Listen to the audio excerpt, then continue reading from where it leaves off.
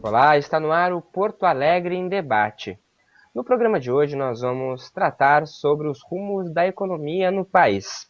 Junto com nossos convidados, nós vamos analisar o momento atual, apontar possíveis tendências e abordar medidas que podem ser feitas para minimizar os impactos causados pela Covid-19.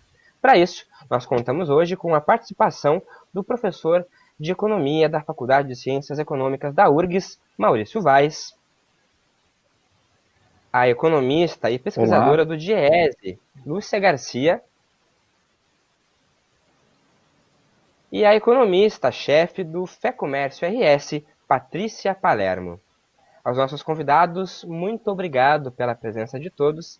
É muito bom contar com vocês aqui nesse debate que a gente precisa fazer em tempos de pandemia, fazendo projeções aí para um pós-pandemia aí, para a crise econômica que o nosso país está vivendo. Professor Maurício, eu começo com o senhor. Segundo dados do IBGE divulgados nos últimos dias, o Produto Interno Bruto aqui do Brasil caiu 9,7% no segundo trimestre de 2020. O país entra então oficialmente em recessão. Conforme a Fundação Getúlio Vargas, a queda é a maior desde a década de 90. Professor, o IBGE confirma o que já se esperava aqui para o país? O que significa a gente entrar em recessão? Bom, obrigado pelo convite da TV Câmara. É bom estar aqui participando junto com a Lúcia e com a Patrícia. Bom, a questão da recessão é o termo da recessão técnica e quando temos 2 trimestres seguidos de queda na economia, que é o que aconteceu. Nós tivemos uma queda de 2,5% no primeiro trimestre e agora outra de 9,7%. Então, estamos nesse quadro. A queda de 9,7% ela veio um pouco mais alta do que era esperado por boa parte do mercado, mas dentro do diagnóstico geral previsível para o contexto da crise. Em termos de médias mundiais, estamos mais ou menos dentro do contexto. O problema é que se a gente for fazer com algumas comparações, por exemplo, com o número de contaminações por habitante ou de mortes por habitantes, nós estamos no nível mais alto e em termos de queda estamos no nível intermediário.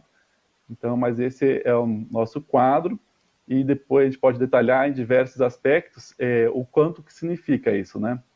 Então, por exemplo, em termos de pegar esse PIB anualizado, ele dá uma queda de 44,82%, que é bem significativa, né?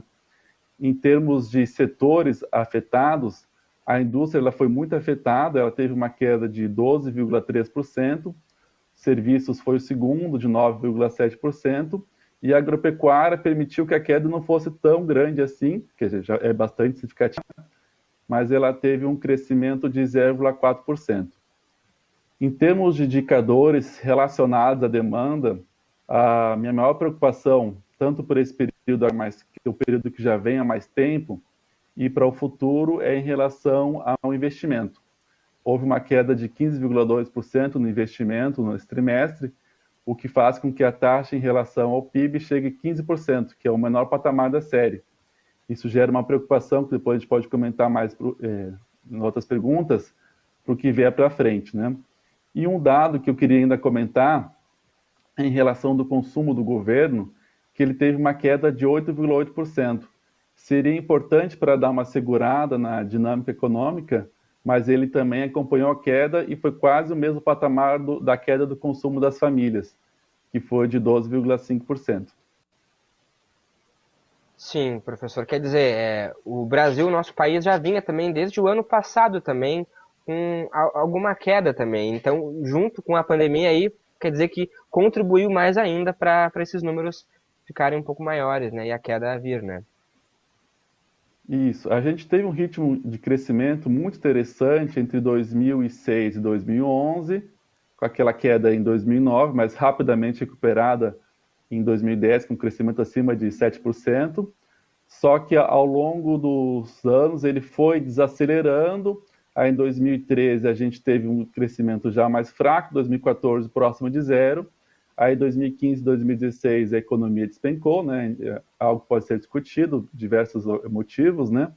E desde então a gente não conseguiu recuperar o nível de atividade econômica. Então, ainda a gente está abaixo do nível de 2013. 2017, 18, 19, apesar das expectativas otimistas no começo de cada ano, fechava sempre em 1%, mais ou menos. Então, a economia ela já estava no patamar muito baixo, com pouca ocupação da capacidade produtiva, e agora ela despenca com a questão da pandemia.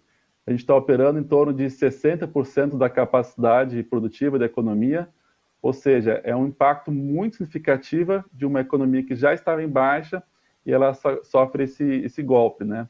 Comparando com outros países, por exemplo, que até caíram um pouco mais do que a gente, só que eles estavam em uma situação de atividade econômica próxima do normal, operando em torno lá em 85%, 95%.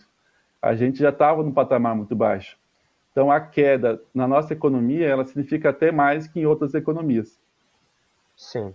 Lúcia, essa crise econômica aí está expondo as desigualdades históricas do Brasil aí, né? E, na sua visão, quais são os grupos mais vulneráveis neste momento, e como é que a recessão ela pode aumentar não só o desemprego, mas também a informalidade? Bom, nós já vínhamos, né, como o Maurício comentou, nós já víamos num quadro bastante preocupante do mercado de trabalho nacional, que é o coração, né, da circulação da renda e, portanto, da garantia de bem-estar social numa comunidade, num país, numa região, né? Essa nossa situação preocupante, ela tem uma trajetória de recuperação entre 2006 e 2011. Depois nós temos uma andada de lado do mercado de trabalho no Brasil, que coincide com o período de 2008 e 2013, quando a crise internacional atinge os países centrais, né? E a partir daí nós vamos ter novamente, né, um recuo das condições mais gerais de alcance, enfim, da equidade e do bem-estar entre 2015 e 2017, portanto, as vésperas da reforma trabalhista. Nós temos hoje no país, né, um volume de quase 13 milhões de pessoas desempregadas. Esse é o maior indicador do nexo entre a recessão, não é, e a forma como a renda é formada e circula para a maior parte da população. Entretanto, a taxa de desemprego hoje, ela não consegue expressar o tamanho da crise, porque nós temos, em concomitância a um crescimento do desemprego e uma resistência, né, do desemprego em alto patamar, nós temos também um outro fenômeno que vem se apresentando no mundo inteiro, que é um crescimento de um fenômeno chamado desalento.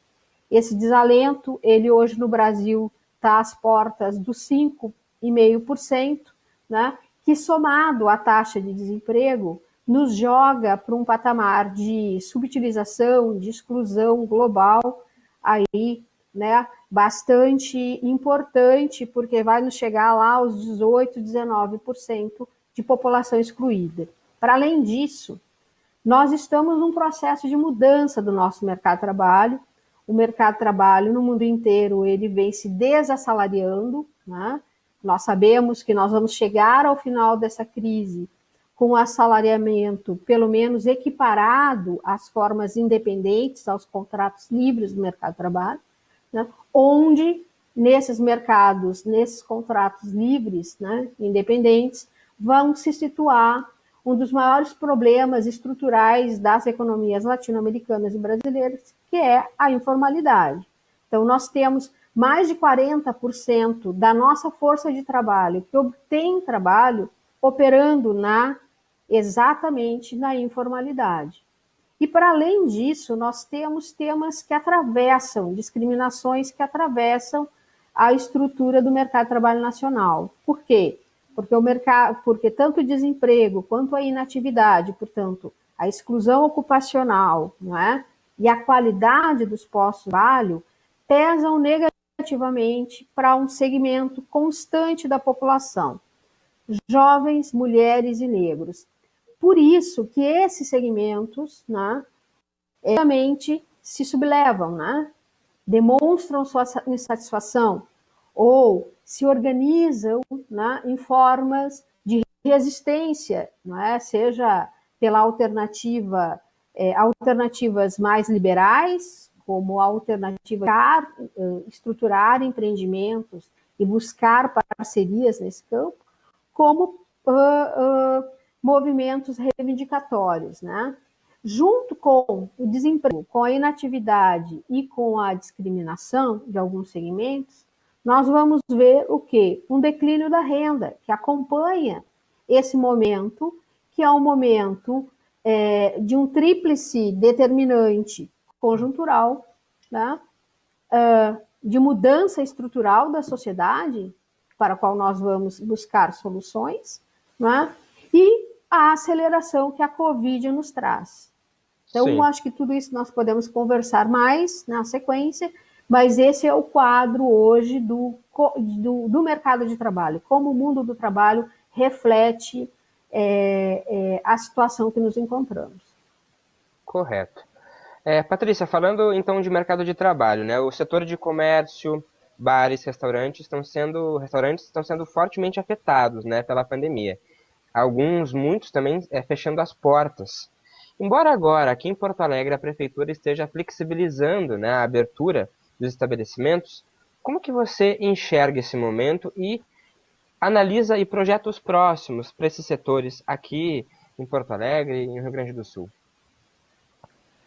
Quando a gente observa essa crise, né, que se instalou na economia brasileira, a gente vê lá desde março, nos primeiros sinais do poder público, né, de restrição da atividade econômica, um problema muito maior para pequenos negócios do que para grandes negócios, né?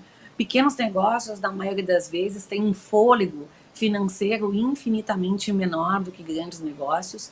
E todo o aparato de sustentação de renda nesse período, que foi dado para governos, até mesmo para pessoas, demorou muito para chegar nas empresas, né? Para você ter uma ideia, quando a gente fala de solução de crédito para micro e pequenas empresas, isso veio muito tarde através do Pronamp, numa quantia de dinheiro que, tamanha a crise, nunca seria suficiente, né?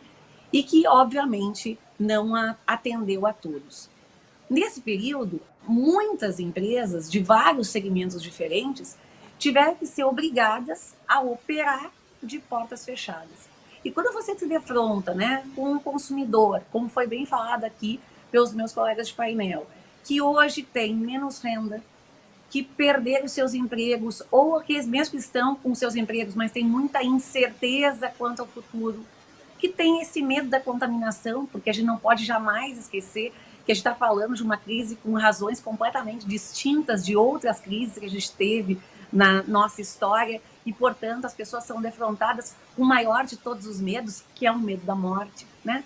Tudo isso faz as pessoas se comportarem diferentes, e isso muda hábitos de consumo e também reduz muito os hábitos de consumo, né? A necessidade de consumir acaba diminuída e a vontade de consumir também aparece diminuída. E isso se traduz lá na redução muito expressiva do consumo das famílias, que do ponto de vista do consumo no Brasil responde por mais de 2/3 do PIB brasileiro. Esse consumidor se apresentava para um empreendimento que tinha que atendê-lo de portas fechadas, né? Então, se vender para alguém nessas condições já é difícil de portas abertas, imagina fazer isso de portas fechadas. Então, obviamente, muitos negócios se reinventaram nesse período, mas a coletânea dos sucessos não é grande, né? Porque esse processo de colocar um negócio que funcionava quase que estritamente offline para o online, ele só é fácil para quem vende curso de como transformar negócios offline em cursos online, porque na vida real não funciona assim. Então, o que significa isso? Significa que para muitos negócios esse momento, a atuação ela foi muito mais focalizada em minimizar perdas até do que atingir os pontos de equilíbrio. E isso foi tão verdadeiro que isso acabou repercutindo no número gigantesco de demissões que nós tivemos nesse período, né? Foram mais de 1,5 milhão de pessoas em todo o Brasil que perderam os seus empregos. Isso, quando a gente está olhando, por exemplo, para março a junho. Então, imaginem que quando a gente olha para esse universo aí de tempo, né? A gente tem uma perda de empregos 25% maior do que o emprego que a gente gerou no ano de 2018 e 2019 somados. Então, quando se tem a notícia da possibilidade de uma abertura dos negócios, isso é visto com muito bons olhos e com muita esperança, né? Mas o mais importante que a gente tem batido muito é que todo mundo tem que fazer a sua parte para que não haja retrocessos. Então, nesse caso, nós estamos falando das pessoas em particular tomando atitudes preventivas, dos negócios tomando atitudes preventivas, mas também dos governos, né, pensando nas repercussões dessas ações que são restritivas, né?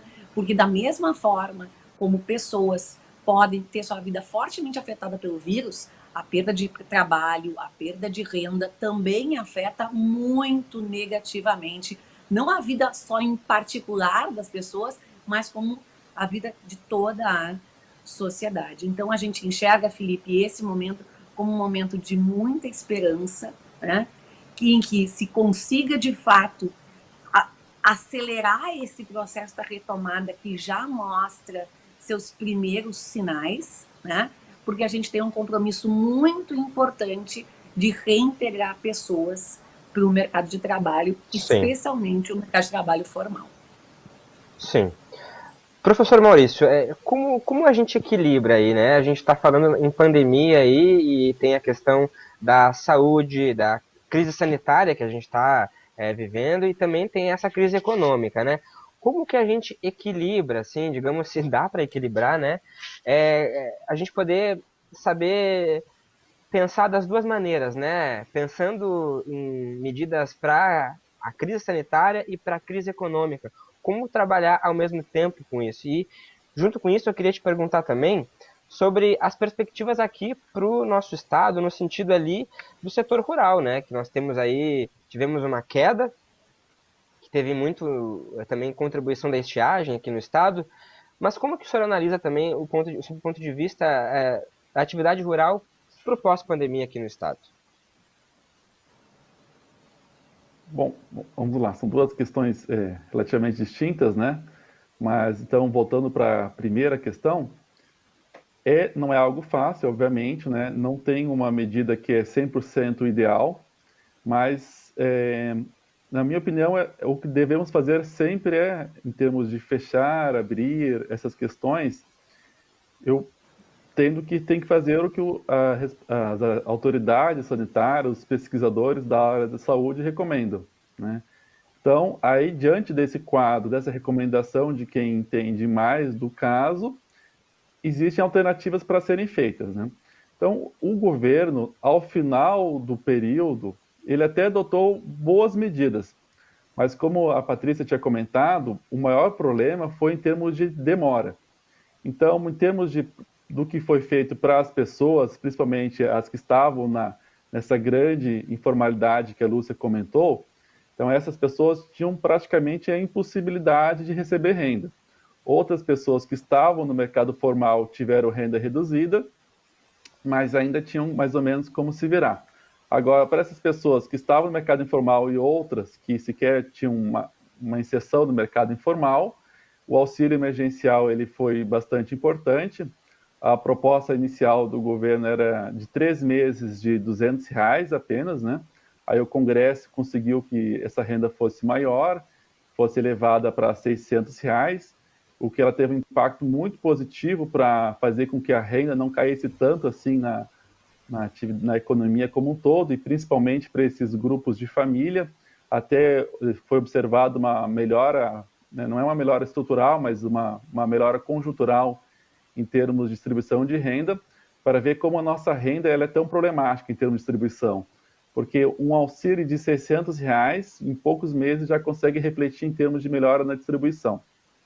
Então, esse auxílio que agora vai ser reduzido para R$ 300 até o final do ano, em certa medida ele conseguiu que então que a atividade fosse minimamente mantida, né, a queda não fosse ainda mais acentuada em termos de consumo das famílias, e em certo ponto também positivo para algumas atividades mais ligadas ao consumo. Depois a Patrícia pode comentar mais, mas, por exemplo, alguns setores, como de supermercados, eles não tiveram a queda tão acentuada, justamente porque a renda foi relativamente mantida. Em termos de crédito, esse foi, no meu entendimento, o maior problema na forma de conduzir a questão da crise, porque para as micros e pequenas empresas, né, como a Patrícia também já comentou, foi muito lento. Ele começou a ter os efeitos mais em agosto só. As primeiras tentativas, elas tinham valores muito pequenos, e a forma de garantia que o governo dava para o sistema financeiro também não era mais adequada, porque é muito difícil para o sistema financeiro privado, que é muito avesso ao risco, principalmente em contextos de crise, querer fazer esse empréstimo sem ter uma garantia do governo. E ele relutou muito para dar uma garantia que foi dada apenas agora, mais no final de julho e agosto. Aí que o crédito do setor privado começou a andar. Então, por exemplo, comparando com a crise de 2008, 2009, os bancos públicos eles tiveram uma atuação muito mais forte para conter o problema da crise e a falta de crédito. E os bancos públicos nessa crise não tiveram uma atuação. O governo priorizou oferecer recursos para o sistema financeiro como um todo, privado e público, atuar para socorrer as empresas e as famílias. Só que, então, como comentei, a Patrícia da FEComércio comentou anteriormente, ele demorou demais. Então, muitas empresas não conseguiram sustentar até que esse crédito chegasse. E uma vez que ele chegou, o volume não foi o suficiente também. Então, nesse contexto, uma parte, a questão foi conseguida minimizar através do auxílio emergencial. Agora, o crédito deveria ter sido muito mais agressivo e mais rápido, principalmente, né? E também o consumo do governo não poderia ter caído como ele caiu.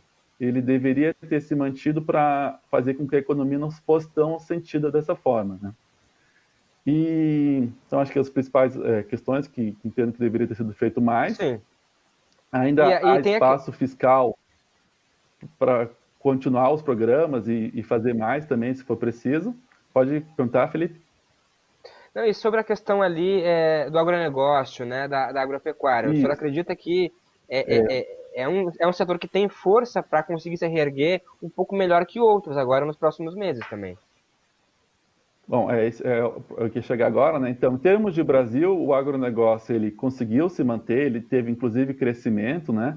Então, é uma atividade que ela depende menos da pandemia, e alguns setores também, em termos de flexibilidade de trabalho, o agrícola ele conseguiu se manter mais rapidamente, essa questão da flexibilidade, e conseguiu manter essas principais atividades. Então, o setor agrícola seria o mais, assim, consiga se recuperar, e era uma expectativa positiva que eu tinha em relação ao Rio Grande do Sul, porque a atividade agropecuária no Rio Grande do Sul ela tem uma importância muito significativa, mais que em outros estados, né? Menos que em outros, mas mais que em outros, que são mais industriais ou comercial, turismo, etc. Infelizmente, nesse setor que poderia ser um fator positivo para a atividade do Rio Grande do Sul, ter uma dinâmica de crescimento melhor que do resto do Brasil, houve esse período da questão da estiagem, né? Então, deu uma atrapalhada importante. Por outro lado, em 2019, teve um recorde de safra, o que possibilitou para que os produtores, né, tivessem uma capacidade financeira para conseguir recuperar o plantio, né? E, ao mesmo tempo, as linhas de crédito para o setor agrícola normalmente elas são menos suscetíveis a questões da dinâmica do sistema financeiro, porque elas são essencialmente públicas. Sim. Então, a agricultura no Rio Grande do Sul, especificamente falando, em termos de condições financeiras, ela tem como se reerguer, mesmo com a questão da estiagem, a não ser um caso específico e outro, né? Mas, em linhas gerais, ela tem a capacidade de recuperar a atividade econômica e ajudar na economia do Rio Grande do Sul. E importante a atividade agrícola, não só para ela em si, como ela também tem impactos em outros setores, né? Compra máquina, fertilizantes, e também para comércio final. Então, agora, eu diria que depende bastante então, dessas linhas de crédito, também do Banco Banrisul aqui local, mas também muito do clima, né? Como que vai ser os Sim. próximos meses, se vai ajudar dessa vez. Tem esses fatores aí também de tempo, clima, que também afetam. Lúcia, falando aí em termos de benefícios, né, sociais, aí duas das principais medidas apresentadas pelo governo federal nessa pandemia foram o auxílio emergencial, o crédito facilitado para as empresas.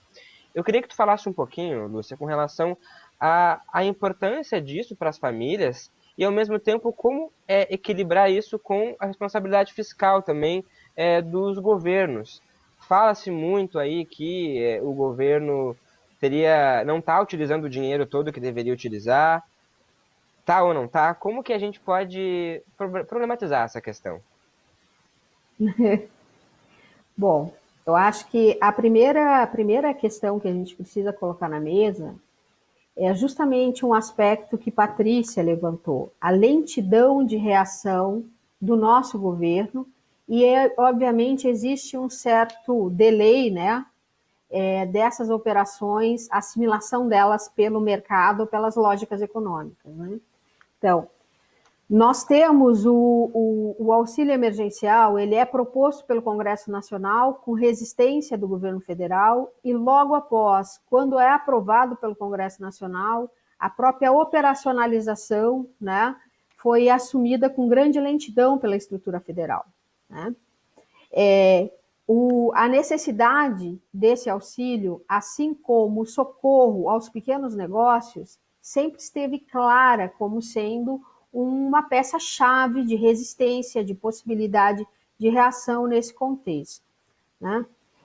Nós tivemos 10 milhões de postos de trabalho perdidos entre o segundo trimestre de 2019 e o segundo trimestre de 2020, né? Então, o apoio às famílias é essencial. E no que diz respeito a nosso município Porto Alegre, por exemplo, nós temos 230 mil pessoas no auxílio emergencial. 230 mil pessoas têm uma proporção, né, uma dimensão de 30% da PEA do município, da força de trabalho do município. Portanto, esse é uma ação, né, fundamental, emergencial, nesse momento, para a sustentação da renda e da vida das pessoas, né?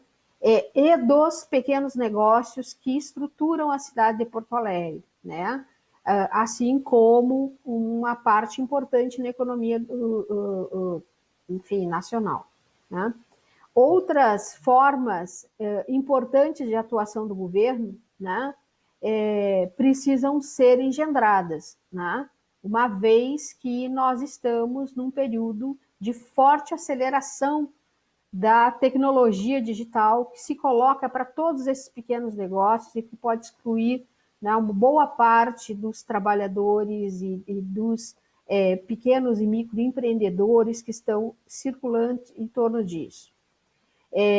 O governo, nesse momento, tem margem, né, pelo que se sabe, das contas fiscais para sustentar uma política de renda nacional. Ele age de maneira contrária a isso, como nós sabemos. Acabou-se de anunciar uma restrição na política de valorização do salário mínimo, que será muito importante numa economia como a porto-alegrense, por exemplo, onde grande parte, né, da população é também beneficiária da Previdência Social, onde se rebate essa política de renda, não é? Então, o governo tem margem. Em segundo lugar, nós estamos num estado, numa condição de exceção, onde esta prudência fiscal, não é, pode ser discutida, uma vez que nós retroagimos na função, no gasto público e no papel que o governo poderia ter para sustentar a nossa economia. Os outros países do mundo fizeram isso. Nós partimos, nosso ponto de partida para essa crise, ele é muito pior que o de outras nações, o que também legitima uma posição mais audaciosa do governo, né? E nós precisamos retomar, com todos os companheiros aí colegas economistas, retomar esta ideia desta camisa de força, não é, do teto de gastos, que faz com que o governo não consiga operar a sua função de sustentador e articulador da atividade econômica no momento de fragilidade dos mercados. Além disso, né, além de questionarmos tudo isso, nós precisamos projetar para frente o impacto da tecnologia, inclusive sobre essa estrutura de produção rural do Rio Grande do Sul, porque ela vai rebater sobre a cidade de Porto Alegre, a área da região metropolitana, onde todos os serviços de apoio à indústria existente no estado e as próprias prestações de serviços, né, para essa população residente aqui são afetados. Né? Então, no nosso ponto de vista, essa ideia de prudência, ela precisa não ser abandonada, mas ela precisa ser calibrada nesse momento. Né? E o governo tem um papel muito importante. Por onde essa pauta se coloca? Né? Ela se coloca na discussão da reforma tributária, onde nós entendemos que é bastante importante que se desonere a circulação e o consumo, né? E que se pense formas alternativas, né, de obtenção dos ganhos fiscais que mantêm, enfim, de uma maneira organizada e coordenada a economia do país. Então, o governo é a peça fundamental, né, para que nós possamos ultrapassar esta crise, que no caso brasileiro ela se prolonga, como nós sabemos. Sim. Patrícia, o próprio prefeito de Porto Alegre, Nelson Marquesan Júnior, já afirmou aí que a crise vai afetar fortemente as contas da prefeitura, uma situação quase que unânime, né, em todo o Brasil. Inclusive pode afetar também alguns serviços mesmo, né, a oferta de alguns serviços públicos aqui para a capital. O professor Maurício falava aí sobre setores como, por exemplo, supermercados, que não tiveram queda, pelo contrário, aí, né, puderam ter uma situação de ganho até, e já ouvi também, por outro lado, que até investimentos na Bolsa de Valores também puderam ter uma situação interessante para esse momento que a gente está vivendo.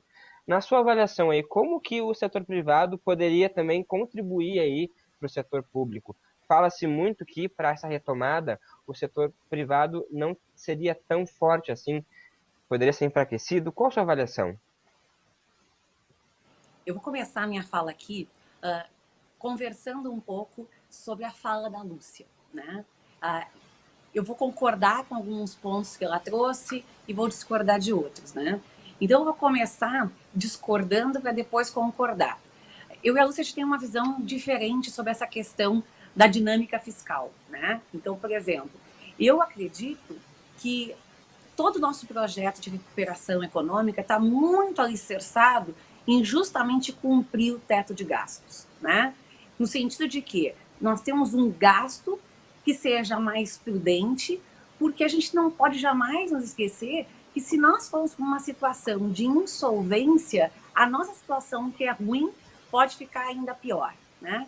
E também jamais esquecendo que nós teríamos nesse momento muito mais capacidade de auxiliar pessoas, empresas e até governos diante dessa pandemia, né, que simplesmente paralisou a atividade econômica, se a gente tivesse numa condição fiscal muito melhor do que a gente tinha de fato, né? A gente vai terminar o ano aí com uma dívida pública na ordem de 95% do PIB, e se nada for feito, isso vai caminhar para patamares que sejam, sabe, quase que inimagináveis no futuro, porque recentemente a gente fez uma reforma da Previdência justamente para evitar uma situação que nem essa. Então, eu vou começar com essa discordância, dizendo que a gente tem que estar muito atento com essa questão da dinâmica do gasto público, para não usar essa questão do estado de calamidade como uma janela aberta aí, né, para simplesmente se gastar aquilo que não se tem. Mas eu vou concordar com a Lúcia que a gente precisa pensar e repensar a nossa estrutura tributária. Porque um país que nem o nosso não pode ter a sua carga tributária, 50% dela, assentada sobre o consumo. Isso é extremamente prejudicial, especialmente para o mais pobre, né? A gente tem que carregar, sim, mais tributo para a parte da renda, mais para a parte da propriedade, porque é aquela velha história, né? Se eu tivesse que carregar uma mochila de 30 quilos num morro acima, onde é melhor colocar ela? Na perna ou nas costas, né? Onde a gente coloca essa carga também vai acabar estudando como é que vai ser a minha velocidade, minha capacidade de andar. Então a gente tem que colocar tributo mais sobre renda, mais sobre propriedade e aliviar consumo. A gente tem que repensar, por exemplo, toda a parte, né, do administrativo do nosso governo, né? Fazer uma grande reforma administrativa. Por quê? Porque a gente precisa, nesse momento, ter um Estado brasileiro mais ágil. Quando a gente fala em reforma administrativa, a ideia não tem que ser diminuir salário de servidor ou diminuir a quantidade de servidores. A ideia é deixar o servidor mais disponível para a população. A gente precisa de mais gente na ponta e menos gente nas carreiras meio, porque é lá que o Estado pode fazer as suas entregas de fato. É isso que a gente precisa. E aí você me pergunta, né, como é que o setor privado pode auxiliar nesse processo de recuperação?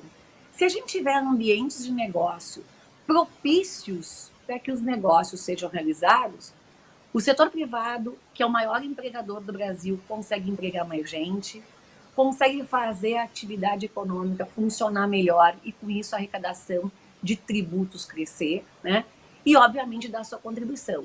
O que a gente não pode esquecer é que, obviamente, o setor privado não pôde fazer esse processo da atividade econômica ganhar força nesses últimos tempos, porque ele estava impedido legalmente de funcionar. Nós tínhamos decretos municipais e decretos estaduais que eram impeditivos da atividade econômica. No caso de Porto Alegre, por exemplo, é um exemplo. Porto Alegre foi infinitamente mais restritiva do que os próprios decretos do governo estadual quanto à atividade econômica aqui. Então, como é que o setor privado pode ajudar nesse processo de recuperação? Ele pode ajudar criando empregos, gerando renda e crescendo, ele pode arrecadar mais tributos. Mas, para isso, cabe ao setor público fazer esse desenho do ambiente de negócios que seja um ambiente propício ao crescimento econômico e, principalmente nesse momento, Felipe, garantir minimamente previsibilidade para os agentes econômicos. Vamos lembrar, o Maurício bem trouxe ali os dados bem complicados relacionados a investimento. Quem é que vai investir sem ter a mínima certeza quanto ao amanhã, né? Então, a gente precisa aumentar o grau de previsibilidade e, principalmente nesse processo de abertura, a gente não pode ter mais retrocessos. Então, eu vou bater de novo nessa tecla. Para não haver mais retrocessos, todo... A Patrícia acabou caindo o sinal. Voltou? Patrícia? Pode concluir, por favor. Então, recuperando aqui, né, a fala.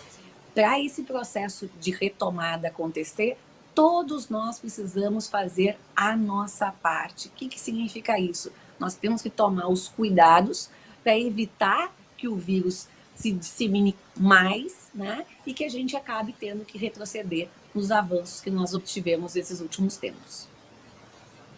Professor Maurício, o senhor gostaria de também colaborar aí com a questão trazida pela Patrícia e a Lúcia, por favor? Eu perdi o finalzinho da pergunta. Colaborar com?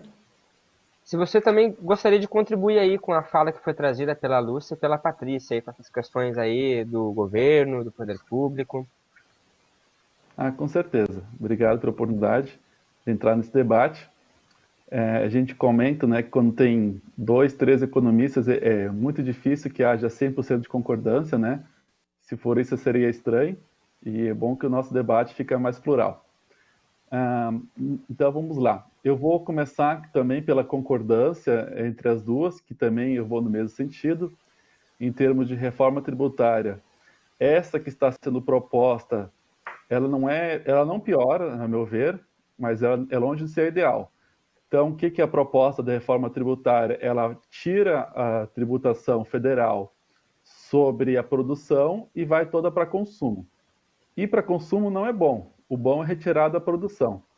Então, qual que é a vantagem? Em termos de mercado interno não muda tanto, só que os nossos produtos eles ficam mais competitivos para a exportação, porque não tem mais tributação sobre eles. Então, eles têm mais facilidade de concorrer com o resto do mundo. Nesse sentido, é positivo. Agora, o ideal é que ele não fosse para o consumo, né? Que sim, como elas já comentaram, sobre patrimônio e renda. Então, acho que essas deveriam ser as principais formas de atuação da reforma tributária. Então, pode aumentar o IPTU, principalmente as grandes propriedades, e mais ainda aquelas propriedades, aqueles terrenos que não têm ocupação, aumentar o ITCMD, que é o Imposto sobre Transferência, né, após a morte, que no Brasil é muito baixo, ainda mais comparando com os outros países. Poderia incluir um imposto sobre grandes fortunas, aumentar a alíquota de IOF sobre algumas operações financeiras, como, por exemplo, as day trade, são aquelas que acontecem no mesmo dia, que tem um cunho especialmente especulativo, aumentar imposto de renda sobre camadas mais altas, então, e ao mesmo tempo que baixar sobre as mais baixa renda, né? Então, tem algumas alternativas que poderiam ser adotadas que seriam benéficas para a atividade econômica e para uma sustentação de médio e longo prazo na questão financeira das finanças públicas, né? Mas, ao mesmo tempo, agora discordando aqui da Patrícia e concordando com a Lúcia, a questão fiscal, o Estado ele tem bastante espaço fiscal. Então, por exemplo, que se dizia em 2020 que o Estado não tinha como fazer mais nada, não tinha como gastar mais. Aí veio a crise, a receita caiu e foi simplesmente tirar algumas amarras que o Estado conseguiu aumentar fortemente seus gastos. Na verdade, foi mais, não foi em termos de gastos diretos, né, mas foi através das transferências. Então, por exemplo, o auxílio emergencial vai custar em torno de 344 bilhões, e também provocado por quedas da receita, o déficit do governo esse ano vai ser de 1 trilhão, mais aproximadamente. A dívida realmente ela vai subir bastante, ela vai chegar próximo dos 100%, mas não é só o Brasil que está acontecendo isso, é o mundo inteiro, né? Então tem diversas assim economistas, não só ligados mais assim ao setor que a gente chama mais heterodoxo, assim, mas também mais ligado ao setor convencional, Sim. Do FMI, do Tesouro dos Estados Unidos, do Fed, do Banco Central Europeu, economistas de órgãos do setor financeiro dos países europeus, todos eles estão recomendando que seja aumento dos gastos, e o novo normal agora no Ocidente é que o PIB ultrapasse 100%. É algo mais ou menos que aconteceu na época da Segunda Guerra Mundial, onde os estados eles têm uma guerra. Então, na época de guerra, você tem que fazer de tudo para ganhar do inimigo, que no nosso caso é o vírus. Ao longo dos anos, com a recuperação da atividade econômica, não precisa ser através de corte de gastos, mas sim com a recuperação da atividade econômica, e o Estado ele tem um papel fundamental nessa hora. Porque, embora o privado, em condições normais, ele seja o principal responsável pela dinâmica econômica, em momentos de crise, cabe ao setor público fazer isso. Então, ele pode fazer isso por duas maneiras. Uma é através da política monetária, que ela já está no seu limite no Brasil e no resto do mundo. Então, o resto do mundo já está com taxa zero.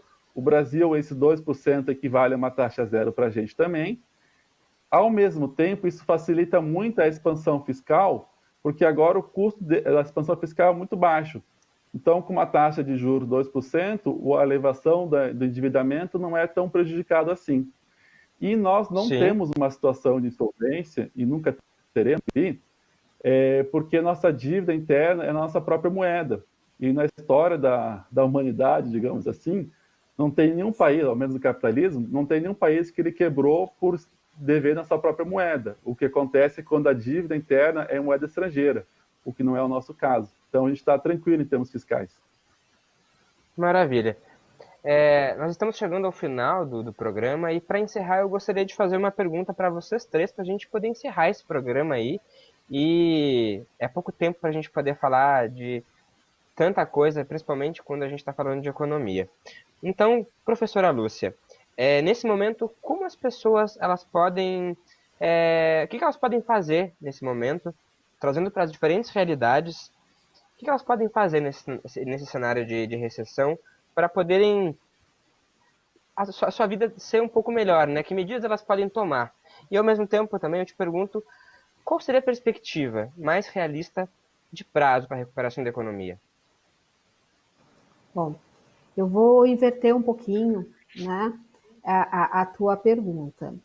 É, é, quando nós olhamos as nossas estatísticas, as nossas regularidades das várias crises que temos e a forma como, principalmente, a estrutura de Porto ela responde, né, no momento de saída da crise, e focando, obviamente, aqui no meu campo, que é o mercado de trabalho, nós temos em torno de 6 a 9 meses para que o mundo ocupacional ele se reestruture e comece a dar respostas, não é, mais positivas do ponto de vista da geração de ocupação, do ponto de vista de alguma recuperação da elevação da renda.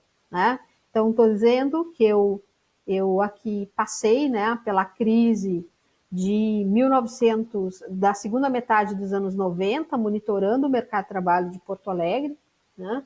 A nossa taxa de desemprego na cidade, né, ela foi muito elevada, né? Em outubro de 1999, ela chegou a um ponto, né, acima dos 15%, na região metropolitana em 20%, levou 9 meses, enfim, para se recuperar. Em 2003 também tivemos uma situação dessas.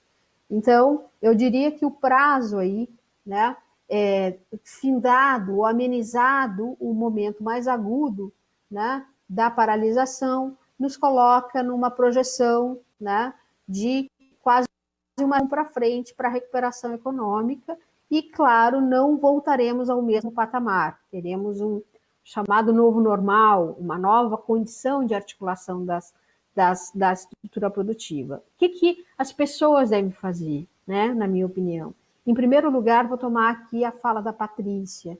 Muita responsabilidade, né? Uma visão de coletivo. Né? Quando nós estamos no nosso empreendimento, no nosso negócio, como consumidores, no âmbito familiar, e agora eu sou mãe de aluno da Universidade Federal, enfim, muito cuidado na possibilidade de articulação, de segurança para todos, e além disso, não fique sozinho. Né? Busque é da humanidade o sentimento gregário. Nós buscamos e articulamos concluir, melhores soluções no coletivo do que sozinhos. Obrigado, Lúcia. Patrícia, com você. Olha, eu vou falar aqui, reforçar um ponto que eu tinha dito anteriormente, né? Discordando do Maurício, eu acho que a gente não está numa situação fiscal confortável. Eu acho que as alternativas que se tem para manter gasto fiscal nos níveis que a gente tem hoje podem levar a gente a uma situação de hiperinflação, e isso é uma situação bem complicada. E isso acaba, né, trazendo cada vez mais para o âmbito dos indivíduos uma grande responsabilidade quanto ao seu futuro. Né? Muitas pessoas perderam ocupação nesse período. O que eu acho que as pessoas precisavam fazer para tentar recuperar suas ocupações, sua renda e assim por diante? Em primeiro lugar, a fala da Lúcia, né? Tomando esse cuidado para que a contaminação não aumente e que a gente não tenha necessidade de retrocessos aí. Mas, em segundo lugar, é o seguinte: da mesma forma como existe pessoas procurando empregos, existem empregos procurando pessoas. E essas duas partes não estão se encaixando, né? Então, uma coisa interessante é olhar quais são as possibilidades que o mercado oferece e tentar promover as adaptações necessárias para essa reinserção no mercado de trabalho. E jamais, né, esquecer nesse momento de procurar o emprego. Por quê? Porque, como a Lúcia já falou também, existe um número muito grande de pessoas que por hora não estão procurando emprego. Daqui a pouco de tempo, nós vamos ter uma avalanche de pessoas entrando no mercado de trabalho. E a concorrência vai ser muito maior. Então, quem se mantiver nesse período, né, com as suas habilidades e competências em dia, sendo capaz de, nesse período, desenvolver novas capacidades, novas competências aí, né, e continuar nessa luta cotidiana para encontrar esse trabalho, tem muito mais chance de ter sucesso do que Sim. em outras estratégias, tá bom? Obrigado, Patrícia, pela fala. E a gente encerra com o professor Maurício. Por favor, um minutinho para as suas considerações finais. Então, só para discordar mais uma vez a Patrícia, né, eu vejo a questão da inflação totalmente fora do radar. Ela está abaixo da meta, assim como foi nos últimos anos. O resto do mundo está buscando ter mais inflação. É a recomendação agora nos Estados Unidos, inclusive, de elevar sua taxa de inflação, porque o nosso problema é mais de uma tendência de depressão mundial, de deflação mundial, e não de inflação. E nesse sentido, haveria bastante espaço, assim, em termos fiscais. E, bom, em relação agora à questão das pessoas, também aqui retomando a fala da Patrícia, de se proteger, é importante que algumas atividades sejam recomeçadas, mas que então as pessoas vão para outras atividades que não são tão, mas tenham muito cuidado para a gente não ter novos aumentos de contaminação. O resto do mundo teve segundas ondas, estamos na primeira onda que não acaba nunca, e parece que dá uma diminuidinha, volta a aumentar, então a responsabilidade acho que é a principal questão, e dentro do possível, quem puder sempre se manter, né, buscando novos conhecimentos, buscando encontrar alternativas, é importante, né, mas reforçando assim que o setor público, acima de tudo, em contexto de crise, ele tem a grande responsabilidade que, inclusive, para os indivíduos encontrarem novas formas de inserção no mercado do trabalho. Tá certo. Obrigado aos nossos convidados, muitíssimo obrigado pela presença aqui no Porto Alegre em Debate. O nosso programa chega ao fim. Lembrando que você pode acessar as nossas diversos programas aqui da TV Câmara por meio das nossas redes sociais ou também pelo site da Câmara de Vereadores de Porto Alegre. Até a próxima edição.